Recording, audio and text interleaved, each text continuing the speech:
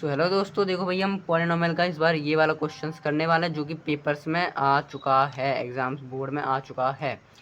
तो एक हमें एक पॉलिनोमियल दे रखा है, गिवन हमें एक पॉलिनोमियल दे रखा है that is x square minus 5x plus m, है ना। तो हमें और इसके जो ज़ीरोज़ है ना वो भी हमें दे रखे हैं। इसके जो ज़ीरोज़ हैं, अल्फ़ा जो है वो इसका अल्फ़ा है और जो उसका बीटा है वो बीटा है। ठीक है, अल्फ़ा है वो अल्फ़ा है, जो बीटा है वो बीटा है।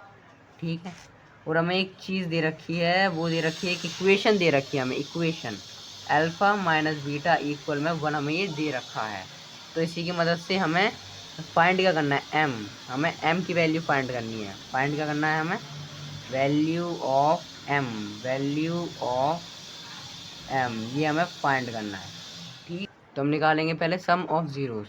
तो सम ऑफ ज़ीरोज़ यहाँ लिखेंगे, उसके बाद हाथों हाथ ही हमें प्रोडक्ट भी निकालना होगा। ठीक है, तो सम ऑफ ज़ीरोज़ ये, देन इसी के साइड में हम डालेंगे product of zeros, product of zeros. ठीक है, सम ऑफ ज़ीरोज़ हमारे क्या होता है, अल्फ़ा प्लस बीटा ही तो होता है और माइनस बी अपॉन ए होता है। इसमें हमें बी क्या दे रखा है, 5 ही दे रखा है, तो -5 ही दे रखा है, सॉरी भाई, और ये हमें 1 दे रखा है। तो जो हमारा अल्फ़ा प्लस बीटा है, यानी जो हमारा सम ऑफ ज़ीरोज़ है वो हमारा आ गया 5।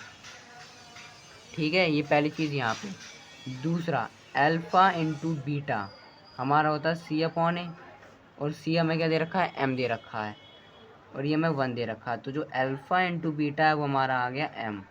दूसरी चीज़ ये हमें ये आ रखा है। अब हमें गिवन में एक इक्वेशन दे रखी थी, ये वाली ये रखी थी, अल्फ़ा माइनस बीटा इक्वल में 1, ये हमें क्या दे रखा था, गिवन दे रखा था। अब इसी की मदद से हम एम की वैल्यू फाइंड करेंगे। देखिए कैसे, सबसे पहले हम करेंगे squaring, squaring both sides, squaring करेंगे हम इस बोथ साइड्स। तो स्क्वायरिंग हमने कर दी, तो अल्फ़ा माइनस बीटा का होल स्क्वायर हो गया, ये 1 का होल स्क्वायर हो गया। तो अल्फ़ा माइनस बीटा का होल स्क्वायर क्या होता है, alpha square plus beta square minus 2 alpha beta ही तो होता है ये। अब यहाँ पे बहुत लोग गलती करते हैं, alpha square plus beta square को लिख देते हैं अल्फ़ा प्लस बीटा का होल स्क्वायर, जो कि सरासर गलत है। आप एक चीज़ करके दिखाते हैं, देखो आपको करना क्या है, ये alpha square plus beta square को हम अल्फ़ा प्लस बीटा का होल स्क्वायर तो नहीं लिख सकते। ठीक है, नहीं लिख सकते, लिख ही नहीं सकते।